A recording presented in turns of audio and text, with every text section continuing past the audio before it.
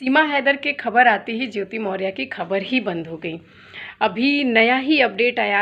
आलोक मौर्य के फ्रेंड ने बताया कि ज्योति मौर्य पे इतना ट्रस्ट करते थे आलोक के फादर या आलोक और आलोक की फैमिली की ज्योति मौर्य के नाम से ज़मीन खरीदी थी, घर बनाया था 50 लाख प्लस का।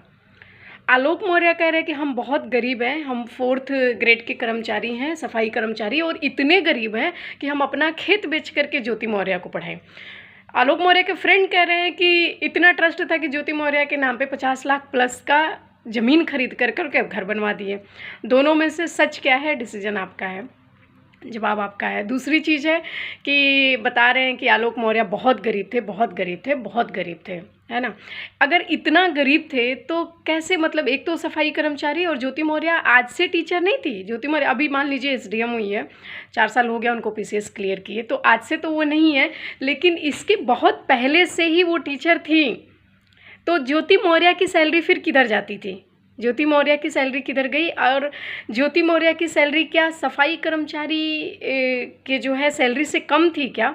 कि ज्योति मौर्य के अपनी सैलरी आने के बावजूद भी आलोक मौर्य से पैसे लेने की ज़रूरत पड़ रही थी, और आलोक मौर्य की सैलरी इतनी ज़्यादा थी कि वो अपने माँ बाप का खर्चा, अपने घर का खर्चा, 2 बच्चियों का खर्चा, और ज्योति को पर्सनल फ्लैट लेकर के दिया हुआ था, जिसमें कि रूम का खर्चा हो गया, यानी फ्लैट का रेंट हो गया, वाटर हो गया, इलेक्ट्रिसिटी हो गया, पिक एंड ड्रॉप की सर्विस हो गई, उनका कोचिंग का फ़ी हो गया। तो इतना कुछ जो है आलोक मौर्य कर रहे थे।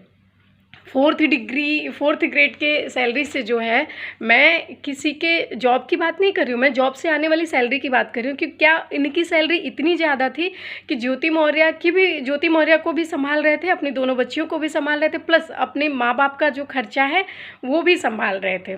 दूसरी चीज़ ये है कि लिखा हुआ है कि आलोक मौर्य जो है, जो वेडिंग कार्ड है उसमें लिखा हुआ है कि वो ग्राम पंचायत में अधिकारी थे, तो वो भी अब गलत हो गया कि नहीं थे। दूसरी उसके बाद ये कहा जा रहा है कि जो है, जैसे कि अभी आलोक मौर्य ये भी बता रहे हैं कि बहुत बुरे कैरेक्टर की लड़की है, बहुत बुरे कैरेक्टर की लड़की है।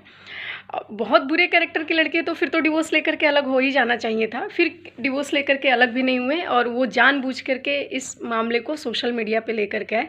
ज्योति मौर्य बता रही हैं कि बहुत पहले से, आज से नहीं। आलोक के फ्रेंड ने बताया कि 4-5 महीना हो गया, 5 महीने से ये केस जो है फैमिली कोर्ट में चल रहा है, लेकिन ज्योति मौर्य बता रही है पहले से ही चल रहा है, पहले से ही जो है ये चल रहा है। लेकिन आलोक मौर्य जो है प्री प्लान्ड, उनका ये प्लान था कि हम इसको इस तरह से लेकर के आएंगे और सोशल मीडिया पे ला करके बेइज्जती करेंगे, जो कि उन्होंने किया।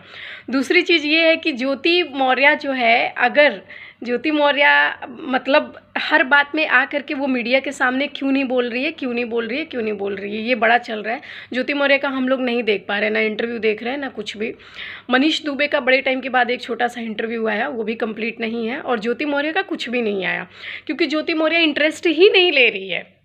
ज्योति मौर्य बोल रहे कि हम मुझे अपने, ये मेरा कोई फर्स्ट डिवोर्स नहीं है दुनिया में, और ये बात बिल्कुल सही है। पता नहीं क्यों इसको इतना बड़ा इशू बनाया गया, नेशनल इसको इशू बना दिया गया, और इसको इस तरह से प्रमोट किया गया सोशल मीडिया के थ्रू, यूट्यूबर्स के थ्रू।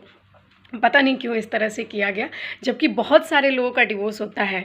लेकिन इस बात को कि नहीं एसडीएम ने कैसे डिवोर्स दे दिया, ऐसा नहीं है। सभी लोग जो है एक नॉर्मल इंसान की तरह से रहते हैं अपने घर में, चाहे कोई एसडीएम हो, चाहे कोई फौजी हो, चाहे कोई डॉक्टर हो। ये पहले भी एक बिहार के भी हैं आईएएस या आईपीएस क्या थे, उनके लिए भी एक बार ये ऐसी रिपोर्टिंग हो चुकी है, और ये खबर आ चुकी है कि वो अपने वाइफ के द्वारा जो है बहुत ज़्यादा टॉर्चर किए गए, तो उनका भी रिपोर्ट आ चुका है। तो ऐसा नहीं है कि जो बड़े लेवल के लोग हैं उनके साथ में जो है, मतलब घरों के अंदर जो घरेलू हिंसा बोलते हैं वो नहीं होता, या मेंटली टॉर्चर नहीं होता, या उनके अंदर हस्बैंड वाइफ में लड़ाई नहीं होती है, उनके भी अंदर होता है। तो जैसे नॉर्मल हस्बैंड वाइफ का डिवोर्स होता है, उसमें उस तरह से भी उनका भी उसी तरह से है।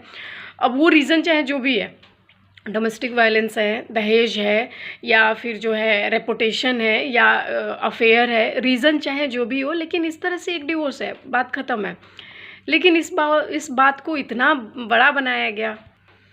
एक चीज़ और है कि जो ज्योति मौर्य और आलोक मौर्य हैं, ये दोनों की शादी खुद ही लव मैरिज है, खुद ही पहले लव मैरिज शादी हुई। इवन ज्योति मौर्य के तब जो फादर हैं वो एग्री नहीं थे, उसके बावजूद भी ज्योति मौर्य ने जा कर के और अपने घर के बाहर जा कर के डिसीजन लिया और बोला नहीं हमें शादी करनी है। फिर बाद में फैमिली राजी हुई और शादी हुई। लेकिन अगर जो है, अगर उस टाइम पे ज्योति मौर्य इतने बड़ा कदम उठा सकती थी, आज अपने 9 साल की बेटियों को छोड़ करके भी, 9 साल की मतलब बेटियां छोड़ने का मतलब कि 9 साल की बेटियां हो चुकी हैं, उसके बावजूद भी अगर ये डिसीजन ले रही है तो मतलब कुछ ना कुछ तो बड़ा हुआ होगा। किसी का शौक़ नहीं होता है, चाहे हस्बैंड हो चाहे वाइफ हो, किसी का भी शौक़ नहीं है कि हम बड़ा ईजी जो है छोड़ करके और दूसरी जगह चले जाएँ, खास करके वहाँ पे जहाँ पे आप एक पब्लिक फिगर बन चुके हो या बहुत सारे लोगों के आइडियल हो। इतना होने के बावजूद, और बात रही कि 136 लड़कियों के हस्बैंड ने उनको घर बुला लिया, या खान सर के कोचिंग से 93 लड़कियां चली गई, ये सब इसमें से कुछ भी नहीं है। कोई भी लड़की है या लेडी है, चाहे मैरिड है चाहे वो सिंगल है, वो अपनी उसकी मेहनत होती है, बाकी वो अटेम्प्ट करती रहती है या करता रहता है, उसके बाद जब जो होना होता है। लेकिन ऐसा नहीं है कि वो ज्योति मौर्य को देख करके और कोई अपना हस्बैंड जो है अपनी वाइफ को बुला ले। अपनी वाइफ का ट्रस्ट किसी ज्योति मौर्य और किसी दुबे पे नहीं टिका होता है। अपनी फैमिली अपनी ही फैमिली होती है, वो अपनी फैमिली को बेहतर जानते हैं। ऐसा नहीं है फिर ज्योति मौर्य की जगह पे अगर बुलाया जा रहा फिर तो बहनों को भी बुला लेना चाहिए, बेटियों को भी बुला लेना चाहिए, ऐसा बिल्कुल नहीं है। ये सिर्फ एक जो है लाइन है कि 136 लोगों को बुला लिया, कभी बोला जा रहा है 53 लोगों को बुला लिया, कभी 93 लोगों को बुला लिया, कभी खान सर के कोचिंग से बुला लिया, तो ऐसा कुछ भी नहीं है। खान सर का खुद का कोई ऐसा नहीं आया हुआ है इंटरव्यू या कुछ भी कि इस रीज़न की वजह से हमारे यहाँ लड़कियों को बुला लिया गया।